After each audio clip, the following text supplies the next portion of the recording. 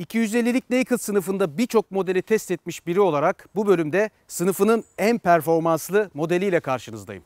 KTM Duke 250 bu bölümdeki konuğum.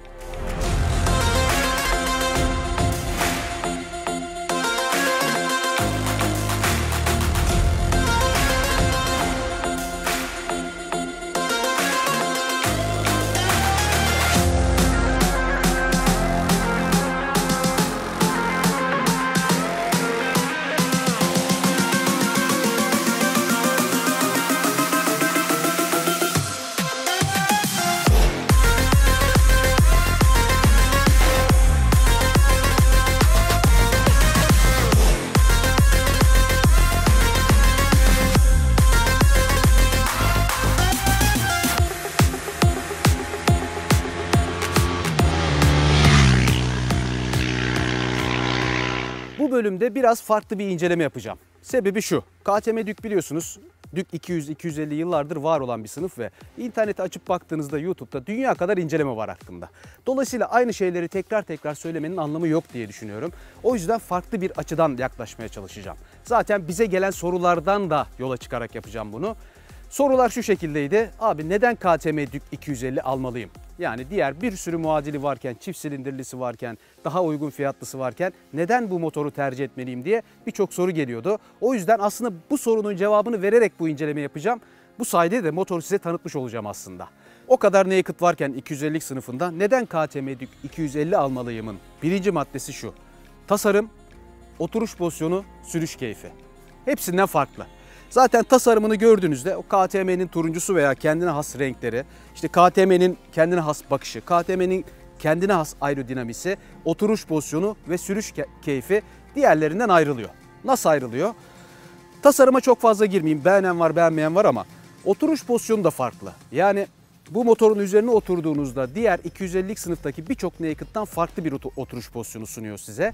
Şu ön kısım farkındaysanız kameradan da fark ediliyordur. Böyle altta kalıyor şu göstergenin olduğu yer.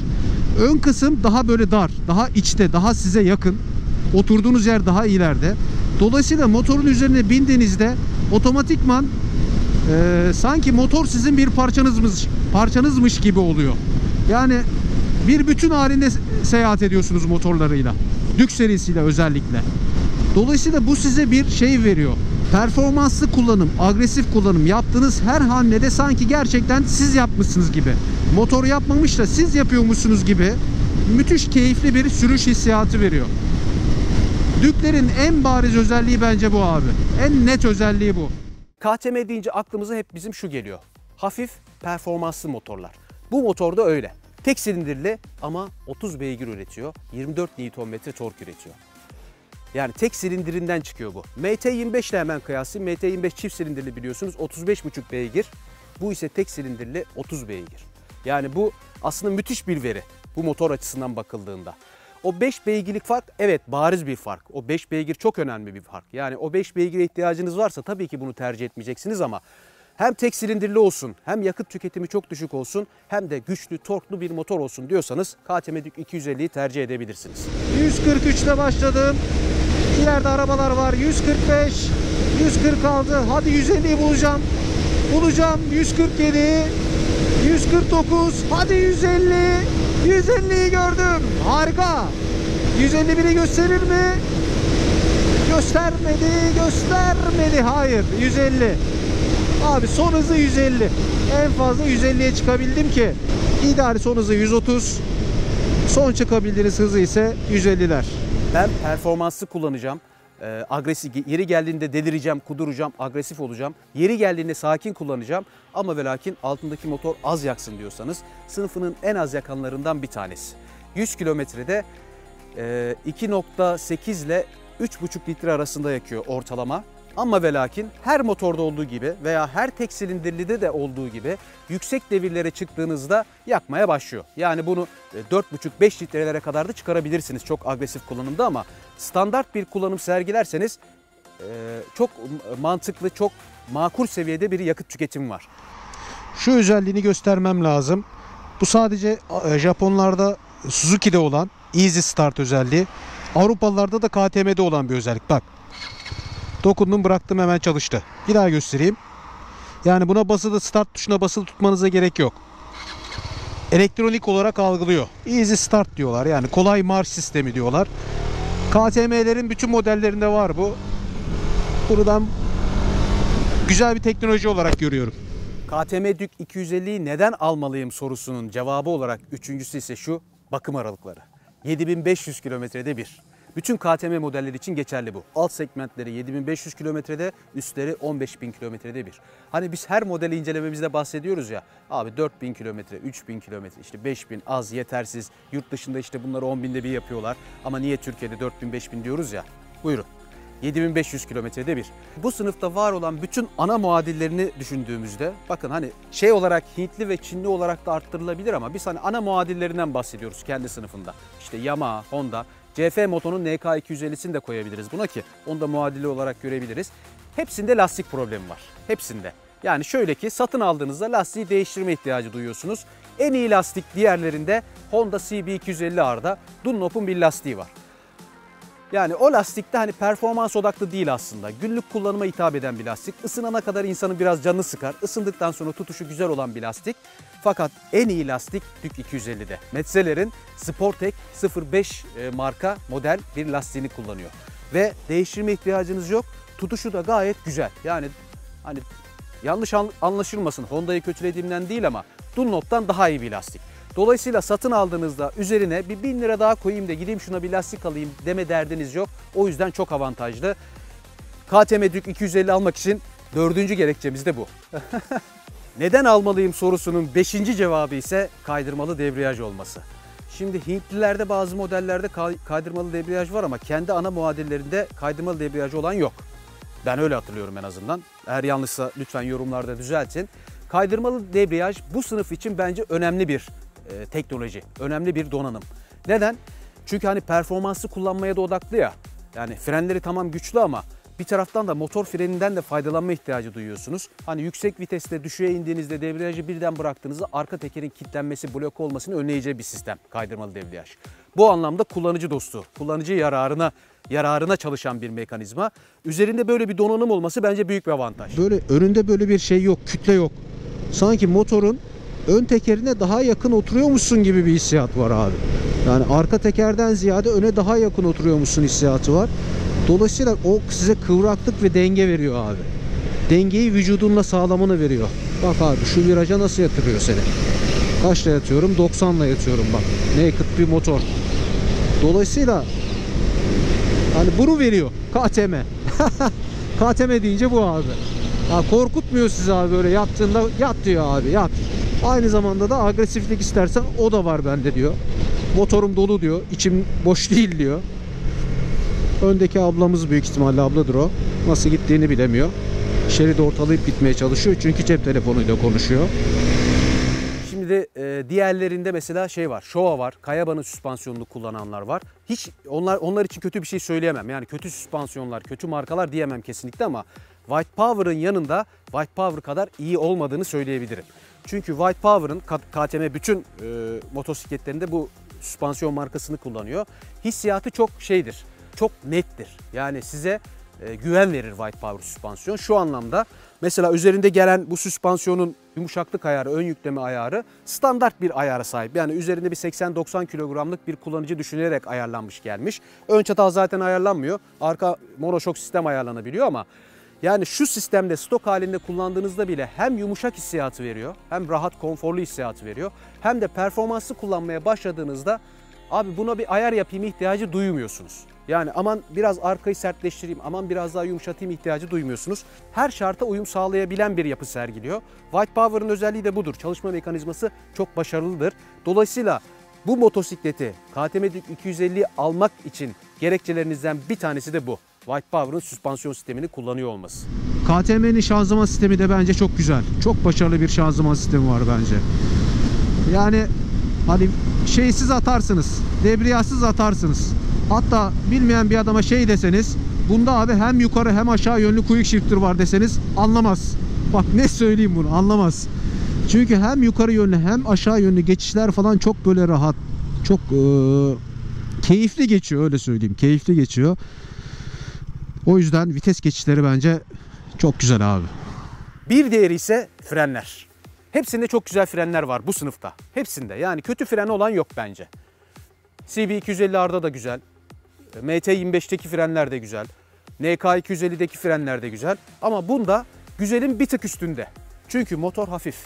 147 kilogramlık böyle kuru ağırlığı var. Yani 160'a falan denk geldiğini düşünün. Hem hafif hem aerodinamik olarak bahsettim ya, hani oturuş pozisyonu, kullanımı falan diğerlerinden farklı. Mesela şu ön taraf size daha yakın. Veya sürücü öne daha yakın oturuyor. Daha böyle motorun ön tarafına doğru oturduğu için. Dolayısıyla denge dağılımı çok güzel olan bir motor olduğu için fren performansı da onunla eşdeğer. Aynı zamanda kullanmış olduğu fren tertibatı da Brembo'nun düşük hacimli motorlar için üretmiş olduğu Bay marka fren sistemini kullanıyor. Onun da katkısı var. Hafifliğin de var. Oturuşun, aerodinamik yapının da katkısı var. Dolayısıyla bu motoru almanız için gerekçelerinizden bir tanesi de çok iyi frenleri olması. KTM Duke 250'yi neden almalıyım sorusunun cevaplarından bir tanesi de abi bu sınıfta en çok aksesuar desteğine sahip olan model olması. KTM'nin spor motorun sitesine girdiğinizde KTM Duke 250 aksesuar listesine baktığınızda inanamıyorsunuz. Ya bu kadar çok aksesuar olabilir mi diyorsunuz. Ya, egzozundan tutun konfor seresine kadar. İşte şu fren hidrolik kabının kapağından tutun kuyruğuna kadar. İşte sticker setinden tutun da turuncu renkli dişlilerine kadar. Yani aklıma gelenler bunlar. Çanta demiri, çantaları, depo çantası falan. Dünya kadar aksesuarı var. Ben baktığımda inanamadım. Çok şaşırdım. Yani bu kadar aksesuar böyle bir model için üretilebilir mi acaba diye düşündüm. Sonra sordum spor moto yetkililerine. Abi hepsi var. Elimizde olmayanı da siparişe getirebiliyoruz. Ama hepsi Türkiye'de mevcut var denildi. Dolayısıyla aksesuar seven adam, motorunu böyle süslemek isteyen, atıyorum şuraya bir elcik takmak isteyen adam, İşte agresif kullanım, torkunu arttırmak, beygirini arttırmak isteyen adam için her türlü aksesuarı mevcut. En büyük avantajlarından biri de bence burada. Almanız için gerekçelerinden bir tanesi de bu. Ana maddelerimiz bunlar. Yani 250'lik sınıfta bir naked arıyorsanız neden böyle bir motoru almalıyım? Neden KTM Duke 250'yi almalıyımı böyle özetleyebilirim. Ama ve lakin şu durumda var. Neden almamalıyım? Yani bir sürü diğer muadili varken neden bu Duke 250'yi almamalıyım da cevabını vermemiz gerekir. O yüzden hani eksiler diye adlandırdığım almamalıyım bölümüne geçelim.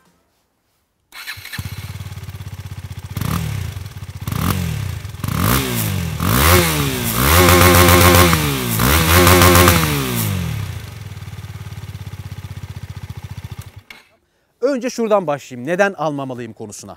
Tasarımından, oturuş pozisyonundan, aerodinamisinden başlayayım. Çünkü her adama hitap eden bir motor değil bu. Yani herkesin sevebileceği bir tasarıma sahip değil. Çok sevenler var, çok beğenenler var, hiç beğenmeyenler de var. Ya abi çok çirkin, ne kadar kötü bir tasarıma sahip, renkleri falan turuncu moruncu ne oluyor abi falan diyenler de var. Dolayısıyla almamanız için bir sebep olarak değerlendirebiliriz bunu. Yani bu tasarımı sevmiyorsanız, bu renkleri beğenmiyorsanız, uçakta bayağı gürültülü geçiyor, yakından geçiyor galiba. Bu renkleri sevmiyorsanız, bu oturuş pozisyonu size göre değilse, bu agresif görüntü size göre değilse almamanız için bir sebep bu. İkincisi ise şu, almamanız için. Şu önde görmüş olduğunuz far. Sadece 250'lik Duke'de şu halojen far sistemini kullanmışlar. Evet şurada şöyle açayım göstereyim. Şurada gündüz aydınlatması da var. O da güzel yani o KTM'nin özelliğini barındırıyor bu anlamda ama ortadaki far halojen. Dolayısıyla bu almamanız için bir sebep olabilir ama şöyle de düşünülebilir. Eğer bunu KTM'nin o LED sistemini, o DRL'li bilmem neli olan LED sistemini koyduğunuzda üzerine bir 5000 daha eklemeniz gerekiyor. Dolayısıyla fiyatların bu seviyelerde olma sebeplerinden biri de belki de bu fardır diye düşünüyorum. Beğenmediğim bir yönü ise abi şu ayna kökleri. Yani Duke aynalarını aslında güzel bak, başarılı performansı, arkaya göstermesi falan bu açıdan bakıldığında gayet başarılı abi. Gayet güzel aynalar. Hatta bu aynaların böyle L şeklinde konumlanma sebebi de Duke'lerde böyle hani dedim ya ön kısa abi. Direkt böyle motorun üstüne oturduğunuzda motorla bütünleşiyorsunuz. O yüzden hani biraz daha böyle yukarıda ve L şeklinde yapmışlar. Aynayı da görebilsin diye kullanıcı ama abi şu silikon yapı benim hoşuma gitmiyor ya Duke'lerde. Bunun tabi şey parçaları var, aksesuarları falan var. Onlarla değiştirilebiliyor ama yani bu benim Çok hoşuma gitmiyor, öyle söyleyeyim. 125'liğinde, 390'lığında, 690'ında, 790'ında, Super Adventure'ında müthiş bir gösterge paneli var KTM'lerin. KTM zaten bu gösterge paneli ve kullanmış olduğu, getirmiş olduğu yeni teknoloji olarak adından hep söz ettirir. Bluetooth'la bağlantılı, cep telefonundan bağlayabilme, müzik dinleyebilme, bilmem ne yapabilme özelliğini ilk getirenlerden bir tanesi olmasına rağmen Duke 200'de kullanmış olduğu gösterge panelinin aynısı mı bilmiyorum, çok benzeri bir gösterge paneliyle geliyor. Tabi diğerini koyduğunuzda üzerine bir 5000 daha koymak gerekiyor biliyorsunuz. Tabi fiyatın bu, birazdan bahsedeceğim, az seviyelere gelme sebeplerinden biri de bu ikisi. Gösterge paneli ve kullanmış olduğu far sistemi. Yani kötü değil gösterge paneli. İçerisinde trip verileri, vites göstergesi, devir saati, hız kadranı falan, sıcak motor suyu sıcaklığı hepsini veriyor. İşte anlık ve total yakıt tüketimini kilometre üzerinden veriyor. 1 litreyle kaç kilometre gidebilirsin üzerinden veriyor ama yani tasarım ve görsel olarak çok beğenilmeyebilir. O yüzden bu gösterge panelini beğenmiyorsanız, daha çağdaş, daha modern, daha teknolojik gösterge paneli istiyorsanız almamanız için sebeplerden bir tanesi de gösterge paneli. Bir de tabii bütün Duke'lerde yaşadığım sıkıntı benim sinyaller abi. Yani sinyal yönü yok. Şurada sadece bir sinyal ibaresi var, o kadar. Bunu ben pek sevmiyorum ya, hoşlanmıyorum. Bana kızıyorlar abi, bunu niye eksi olarak söylüyorsun diye, ama abi bu benim için önemli ya. Benim kullanım hissiyatım açısından önemli.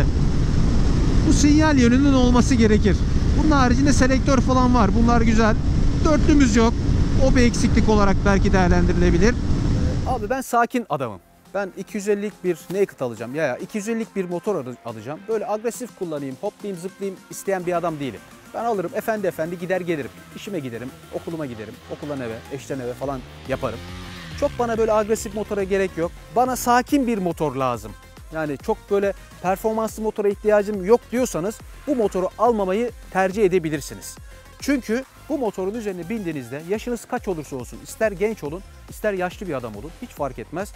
Motorun kullanım hissiyatı sizi agresifliğe, size performanslı kullanıma, sportif kullanıma yönlendiriyor. Veya hiç eğitiminiz yok, motora yeni başladınız, çok performanslı bir motor altınızda tehlikeli olabilir. Güvenli sürüş açısından. Dolayısıyla bunu da düşünüyorsanız almamanız için bir gerekçe olabilir. Abi tek silindirli bir motosiklet, titreşim olacak tabi. Gayet normal ama. Hani bu adilik titreşimi olur yani. Sağında solunda zırıltı, böyle gidonda acayip böyle kolları uyuşturacak bir titreşim. Ne bileyim, sağında göstergesinde, sağında solunda başka titreşimler falan. O tarz bir titreşim yok. En çok ayak peklerinde hissettiren tek silindir çalışma titreşimi mevcut üzerinde. Gidonda yani öyle bunda titreşim var dedirecek bir titreşim yok gidonda. Selede de yok, depoda da yok. Sadece ayak peklerinde tek silindir titreşimini hissettiriyor.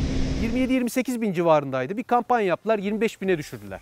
Muadilleriyle kıyasladığımızda diğer muadillerin hani makul seviyelere geldi. Özellikle bütün bu almanız gereken özellikleri de baktığımızda makul seviyelere geldi. Bu sınıfta hakikaten çok performanslı bir motor. Böyle bütün ihtiyaçlara cevap verebilecek özellikleri barındıran bir motor. Almamanız için de gerekçeler var ama 25 bin lira makul olarak geliyor ama hani yanlış anlaşılmasın, bizim için pahalı abi. 25 bin lira çok. Keşke hani 20-21 bin bandında olsaydı da herkes abi bu motordan alsaydı dedirtiyor ama tabii ki bütün fiyatlar eksilerde değerlendirmemiz gerektiği için o yüzden bunu eksiler içerisinde madde olarak koyayım istedim. Eğer size pahalı geliyorsa almamanız için bir gerekçe, daha uygun fiyatları da var, öyle söyleyeyim. Hani Birkan Polat'a mesela çok iyi anlıyorum neden bu motoru tercih ettiğini. Abi harbiden motor benimle oyna istiyor ya. Hopla zıpla falan istiyor yani. Bak mesela abi şu kaldırıma çık istiyor, tamam mı? Sonra kaldırımdan hopla git istiyor yani. Toparlayayım, sonuca geleyim. Çok uzatmayayım motorun sonucunu. Abi ben KTM modellerini biraz ihmal ettiğimi düşündürdü bu motor bana. Çünkü hani üzerine bindiğim andan itibaren, test etmeye başladığım andan itibaren abi KTM'ler güzel ya falan dedirtti bana. 125'liğini test ettim, 790'larını falan test ettim. 390'lığını bundan sonra test etmeyi düşünüyorum. Yani KTM markası altında test edebileceğim bütün modelleri bu motor sayesinde artık test edeyim dedirtti bana. Çünkü o kadar keyifli, o kadar zevkli, o kadar performanslı, ihtiyaçlara cevap verebilen bir motor. Böylelikle özetlemiş olayım. O zaman ne diyelim? Başka bir KTM modeline tekrar görüşmek üzere diyelim. Hangi model olacağını da siz yorumlarda lütfen talep edin. Ona göre bir sıralama yapalım. Videoyu beğenmeyi ve abone olmayı lütfen unutmayın. Kendinize iyi bakın. Tekrar görüşmek üzere. Hoşça kalın.